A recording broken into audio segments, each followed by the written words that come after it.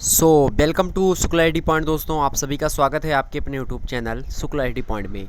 दोस्तों मैं शिवम शुक्ला आप सभी दोस्तों का हार्दिक अभिनंदन करता हूं। दोस्तों आज की वीडियो में हम लोग बात करेंगे मानव भूगोल यानी ह्यूमन ज्योग्राफी से रिलेटेड कुछ प्रश्न होंगे, मतलब ऑब्जेक्टिव फॉर्म में प्रश्न होंगे। उन प्रश्नों पर हम चर्चा करेंगे दोस्तों। और इसी के साथ साथ ये भी जान लेते हैं दोस्तों ये प्रश्न किस चैप्टर से होंगे। तो चैप्टर होगी दोस्तों जनजातियाँ, और इकाई भी होगी जनजातियाँ।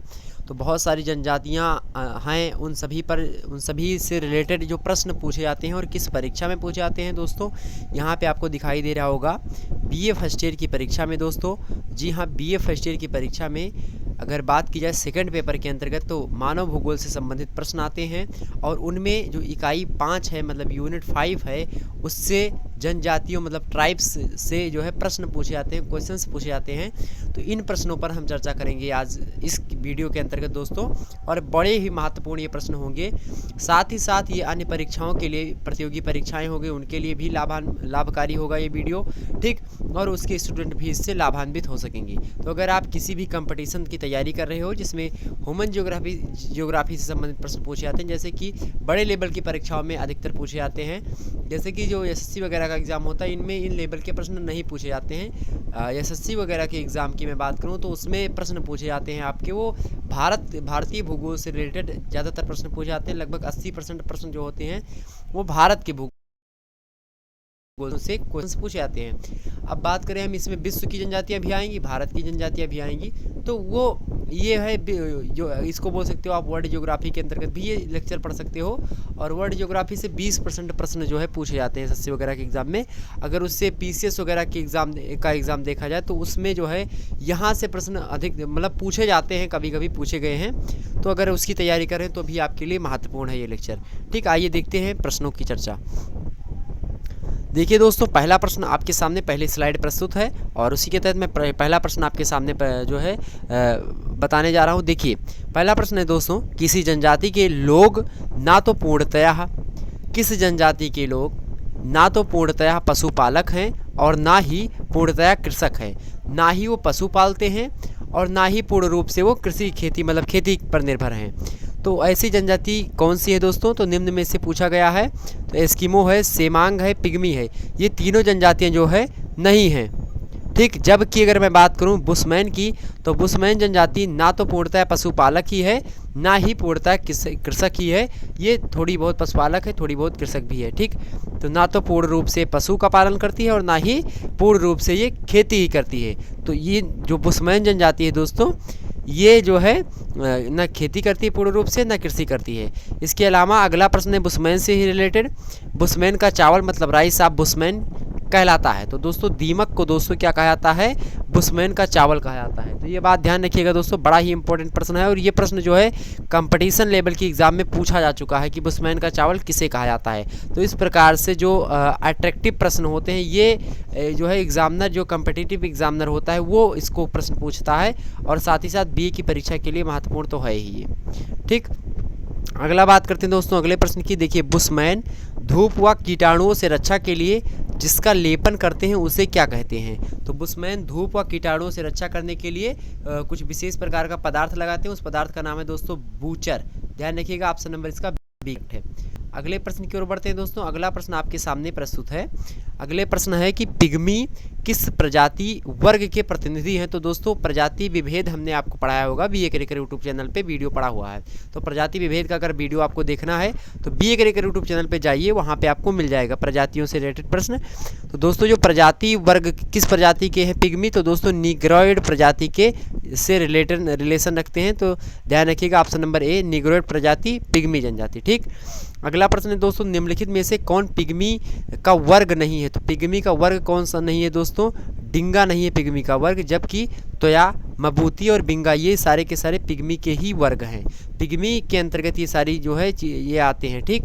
तोया, मबूती और बिंगा ये सारे वर्ग हैं। मतलब जैसे जातियां होती हैं उसी प्रकार से आप समझ सकते हो, जैसे हिंदू समाज में बहुत सारी जातियां हैं, उसी प्रकार से पिग्मी जो जनजाति है उनमें बहुत सारे वर्ग हैं। उन वर्गों में मबूती, तोया, बिंगा शामिल हैं, जबकि डिंगा जो है ये शामिल नहीं है। अगला प्रश्न है पिग्मी जनजाति के लोग शिकार करते हैं। तो किस अस्त्र से शिकार करते हैं दोस्तों? तो तीर धनुष से करते हैं। ऑप्शन इसका ए करेक्ट है। अगले प्रश्न की ओर बढ़ते हैं दोस्तों। अगला प्रश्न है किर्गिज किस भाषा का शब्द है। तो किर्गिज दोस्तों किस भाषा का शब्द है, ध्यान रखिएगा, फारसी भाषा का शब्द है और जिसका अर्थ होता है दोस्तों 40 बेटियां। तो किर्गिज जो है फारसी भाषा का शब्द है, ध्यान रखिएगा इसको। किर्गिज किस भाषा का शब्द है, तो किर्गिज फारसी भाषा का शब्द है। अगला प्रश्न दोस्तों किर्गिज से रिलेटेड दिया गया है, देखिए किर्गिज शब्द का शाब्दिक अर्थ, अभी हमने बताया किर्गिज शब्द का जो शाब्दिक अर्थ है दोस्तों 40 बेटियाँ। ऑप्शन नंबर इसका बी करेक्ट है। अगला प्रश्न है किर्गिज जिस तंबुओं में रहते हैं उन्हें कहा जाता है। तो उन्हें क्या कहा जाता है दोस्तों, उनको कारा कहा जाता है। D option is right answer. देखिए तो किर्गिज जिस तंबुओं में रहते हैं, तंबू मतलब वो होता है दोस्तों जिसमें वो रहते हैं उनका घर, तो वो विशेष प्रकार का तंबू होता है। मतलब तंबू मतलब होता है काम चलाऊं घर, या फिर बोल सकते हो आपकी अस्थिर घर, या फिर अनिश्चित काल के लिए बनाया गया घर। मतलब वो पूर्ण रूप से नहीं होता है जैसे हम लोगों में होता है कि 10-12 साल के लिए 15 साल के लिए घर होता है बना लिया जाता है। उनमें जो होता है तंबू जो है बनाए जाते हैं और उस तंबुओं का नाम दिया जाता है कारा। ठीक, अगला प्रश्न दोस्तों हम देख लेते हैं। अगला प्रश्न कि निम्नलिखित में से कौन गोंड जनजाति के उपवर्ग में आता है। तो गोंड जनजाति के उपवर्ग में दोस्तों कौन आता है, कोमा और परजा। ऑप्शन इसका सी करेक्ट है, कोमा और परजा आते हैं, जबकि मुरिया मटरा और मारिया ये सब नहीं आते। ठीक, अगला प्रश्न है गोंड जनजाति के कुरूख, केवर और धीवर वर्ग, ये सब भी इनकी इसी गोंड जनजाति के ही वर्ग हैं। कौन, कुरूख, केवर और धीवर वर्ग के लोगों की आजीविका का साधन है। तो ये लोग अपना जीवन किस प्रकार से व्यतीत करते हैं, मतलब इनके भोजन कहाँ से आते हैं, मतलब इनकी आर्थिक स्थिति कैसे मजबूत होती है। तो मछली पकड़ते हैं, उन्हीं को मारते हैं। ठीक, ऑप्शन नंबर इसका बी करेक्ट है।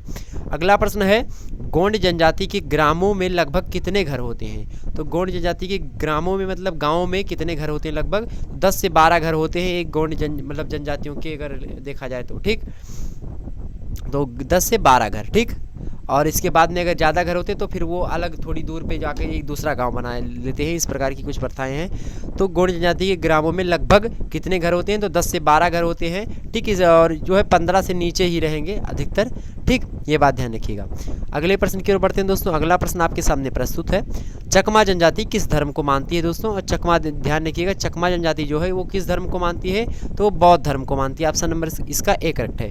अगला प्रश्न है चकमा जनजाति किस प्रजाति के वंशज हैं दोस्तों, तो वो आर्य प्रजाति के वंशज हैं। और आर्य प्रजाति जो है दोस्तों हम लोग किस प्रकार प्रजाति के हैं, आर्य जो हम लोग आर्य हैं, मतलब उत्तर भारत के लोग आर्य हैं, दक्षिण भारत के लोग द्रविड़ियन प्रजाति से रिलेट करते हैं दोस्तों। और आर्य कहाँ के निवासी थे, मध्य एशिया के निवासी थे। और इसमें मतभेद है, बहुत सारे लोगों ने कहा कि जो है दक्षिणी उत्तरी ध्रुव से आए हैं, बहुत सारे ने कहा कि मध्य एशिया से आए हैं। तो चकमा जनजाति किस प्रजाति के वंशज है दोस्तों, आर्य प्रजाति के बस वंश से संबंधित है। तो बिहार के शाक्य वंश से संबंधित है दोस्तों। इतिहास आप पढ़ा होगा तो उसमें शाक्य वंश था, उसी से संबंधित है कौन, चकमा जनजाति के लोग। ठीक, अगला प्रश्न है दोस्तों, अगला प्रश्न है आपका भोटिया जनजाति के चरवाहों को कहा जाता है। तो भोटिया जनजाति के चरवाहों को क्या कहा जाता है दोस्तों, तो बुगपाल कहा जाता है। तो बुर्गपाल कहा जाता है दोस्तों, ये ध्यान रखिएगा। ऑप्शन नंबर इसका बी करेक्ट है। भोटिया जनजाति के चरवाहों को, मतलब चरवाह मतलब जो पशु वगैरह वो पालते हैं उनको चराने का जो काम करते हैं। चराना मतलब ये होता है दोस्तों, मतलब उनको चारे के लिए खोल देना। ठीक, तो चारे के लिए ले जाना और साथ ही साथ उनकी देखभाल करना, तो उसको चराना बोला जाता है। और जो चराते हैं पशुओं को उन्हीं को चरवाहा बोला जाता है। और उनको भोटिया जनजाति में बुर्गपाल कहा जाता है। ठीक, ध्यान रखिएगा। भोटिया जनजाति पाई जाती है, तो भोटिया जनजाति दोस्तों कहाँ पे पाई जाती है, भारत के उत्तराखंड में भी पाई जाती है और नेपाल में भी पाई जाती है। क्योंकि उत्तराखंड और नेपाल आपस में क्या हैं, सटे हुए हैं, तो दोनों में ये जनजाति पाई जाती है। ऑप्शन नंबर इसका ए और बी दोनों होगा, यानी कि option C is right answer in this question. अगला प्रश्न है दोस्तों कि भोटिया जनजाति के मध्य गाँव में रहने वाले भोटिया जनजाति के मध्य गांव में लगने वाली चौपाल को क्या कहते हैं। लगने वाली चौपाल को क्या कहता है दोस्तों, रागवास कुड्डी। अब दोस्तों रागवास कुड्डी कहा जाता है, ध्यान रखिएगा दोस्तों, कुड्डी कहा जाता है। चौपाल यहाँ पे पूछा गया है, तो ये मत देखिएगा कि रागवास चौपाल, इस बात को ध्यान रखिएगा। तो रागवास कुंडी कहा जाता है। ठीक, तो ऑप्शन नंबर इसका ए करेक्ट है। तो भोटिया जनजाति के मध्य गांव में लगने वाली चौपाल को कहा जाता है तो रागवास कुड्डी। और ये चौपाल दोस्तों मतलब होता है कि बहुत सारे लोग इकट्ठा होते हैं और किसी बात पर निर्णय करते हैं, वो चौपाल होती है। या फिर कोई जो है फंक्शन होता है उसमें बहुत सारे लोग इकट्ठा होते हैं, उसको भी चौपाल बोल सकते हो आप। दोस्तों यहाँ पे लिखा नागा जनजाति में नाग शब्द का अर्थ है। नाग शब्द का दोस्तों अर्थ है मतलब नंगा या फिर कुछ कपड़े पहनने वाला। ठीक, इस बात को ध्यान रखिएगा। चलिए आगे बढ़ते हैं। अगला प्रश्न दोस्तों आपके सामने है, की जाने वाली स्थानांतरित मतलब स्थानांतरणशील कृषि को कहते हैं, तो दोस्तों उसको दिप्पा कहते हैं। तो दिप्पा गोंडों के द्वारा जो स्थानांतरणशील कृषि की जाती है उसको दिप्पा कहा जाता है। दोस्तों ये इस बात को ध्यान रखिएगा। और स्थानांतरणशील कृषि मतलब ये होता है कि आज खेती यहाँ इस स्थान में कोई पर्टिकुलर इस स्थान पे कर रहा है कोई बंदा, तो क्या करेगा, जब ये ज़मीन क्या हो जाएगी, बंजर हो जाएगी, जब यहाँ पे फसल उगने लायक भौगोलिक परिस्थिति नहीं बचेगी, तो ये जो है ये इस स्थान को छोड़ देगा और दूसरे जगह पे जाएगा, वहाँ पे खेती करेगा। और ये खेती कहाँ पे होती है लगभग, तो ये खेती जो है जनजाति के लोग ही करते हैं और जंगलों में करते हैं। तो और इसीलिए जो है इसको एक नाम दिया जाता है काटो एंड जलाओ कृषि। किसको, स्थानांतरणशील कृषि को क्यों दिया जाता है, क्योंकि क्या होता है कि जब पेड़ होते हैं जंगल में, तो पेड़ों को क्या करते हैं ये लोग काट करके और जो है उसको बढ़िया से खेत बनाते हैं और क्या करते हैं, मतलब जैसे जो वन होते हैं झाड़ियाँ वगैरह उनको जला देते हैं, ठीक। और जो बचती है मतलब उसकी जड़ वगैरह उसको जो है निकाल के बाहर फेंकते हैं, वहाँ पे खेती करते हैं। और जब फिर जो है खेती लायक परिस्थिति नहीं बचती है तो फिर अलग जा करके खेती करना प्रारंभ कर देते हैं। तो इसलिए इसको काटो एंड जलाओ कृषि भी कहते हैं। तो स्थानांतरणशील कृषि एक बहुत बड़ा टॉपिक है, इसको चर्चा करेंगे किसी दिन हम। अगला प्रश्न है, गोंडों की बस्ती को कहते हैं, तो गोंडों की बस्ती को दोस्तों गोंडवारा कहते हैं। ऑप्शन नंबर इसका ए करेक्ट है। अगला प्रश्न है, मुंडा का शाब्दिक अर्थ क्या है, तो गांव का मुखिया। मुंडा का शाब्दिक अर्थ क्या है दोस्तों, गांव का मुखिया। अगला प्रश्न दोस्तों देख लेते हैं, बैंगा जनजाति के धार्मिक पुरोहित को क्या कहते हैं, तो गुनिया कहा जाता है उनको। बैंगा जनजाति के धार्मिक पुरोहित मतलब जो धर्म से संबंधित जानकारी देने वाले होते हैं और उनके यहाँ पे जो पूजा वगैरह जो करवाते हैं उनको पुरोहित कहा जाता है, तो धार्मिक पुरोहित को गुनिया कहा जाता है। अगला प्रश्न है कि टोंडा जनजाति के अर्धचंद्राकार झापड़ा नुमा झोपड़ी नुमा, यहाँ पे जो है वो दिख नहीं रहा था, तो टोंडा जनजाति के अर्धचंद्राकार झोपड़ी नुमा गृहों को क्या कहा जाता है, मतलब घरों जो अर्धचंद्राकार घर होते हैं उनके झोपड़ी नुमा, उनको क्या कहा जाता है दोस्तों, तो उनको क्या कहा जाता है, अर्स कहा जाता है। ऑप्शन नंबर इसका बी करेक्ट है। अगला प्रश्न है कि निम्नलिखित में से किस जनजाति में स्त्री और पुरुष दोनों को बहुविवाह की छूट दी जाती है, तो टोंड जनजाति में दोस्तों स्त्री भी बहुविवाह कर सकती है और पुरुष भी बहुविवाह कर सकते हैं, ठीक। तो टोंड जनजाति में, और दोस्तों ये तमिलनाडु के क्षेत्र में अधिकतर पाई जाती है टोंड जनजाति, ठीक। ध्यान रखिएगा दोस्तों। और हाँ एक बात और देना चाहता हूँ कि ये हिंदी साहित्य की महत्वपूर्ण रचनाएं इस भाग 2 भाग 1 अपलोड हो चुका है BA करिकुलर यूट्यूब चैनल पे, अगर नहीं देखा तो आप जाइए वहाँ पे देख सकते हैं, ठीक। ध्यान रखिएगा, हिंदी साहित्य की महत्वपूर्ण रचनाएं जिनमें हरिशंकर परसाई, वासुदेव शरण अग्रवाल, कन्हैया लाल मिश्र प्रभाकर, हजारी प्रसाद द्विवेदी, प्रोफेसर जी सुंदर रेड्डी और डॉक्टर APJ अब्दुल कलाम से संबंधित महत्वपूर्ण रचनाएं हो चुकी हैं। आने वाले समय में बहुत सारे जो है कवियों का मैं चर्चा करूँगा, जैसे कि लाला श्रीनिवास दास हो गए, श्याम सुंदर दास हो गए, राय कृष्ण दास हो गए, डॉक्टर नगेंद्र हो गए, महादेवी वर्मा, और उसके बाद में शुक्ला जी, आचार्य रामचंद्र शुक्ल, प्रताप नारायण मिश्र, उसके बाद में विद्यानिवास मिश्र, बहुत सारे यहाँ रामधारी सिंह दिनकर से रिलेटेड भी पढ़ेगी, जैसे शंकर प्रसाद, जैनेन्द्र कुमार, और भी बहुत सारे, प्रेमचंद हो गए, ठीक। फणीश्वर नाथ रेणु हो गए, जिन्होंने फणीश्वर नाथ रेणु ने मैला आंचल जैसी कहानियाँ लिखी हैं, ठीक। और उसके बाद में अमरकांत, नागार्जुन, ठीक। अज्ञे जी के बारे में चर्चा करेंगे, ठीक। सज्जन हीरानंद वासन अज्ञे इनका पूरा नाम है। इन्होंने बहुत सारी जो है सारी चीज़ें दी हैं, हालांकि उस पर मैं बाद में बात करूंगा। मैं यहाँ पे जो है ज्योग्राफी बता रहा था। हिंदी की कक्षा जो है BA के पे जो है महत्वपूर्ण रचनाएं चल रही हैं, उसको आप देख सकते हो। मिलेंगे दोस्तों एक नई वीडियो के साथ, तब तक के लिए जय हिंद, जय भारत।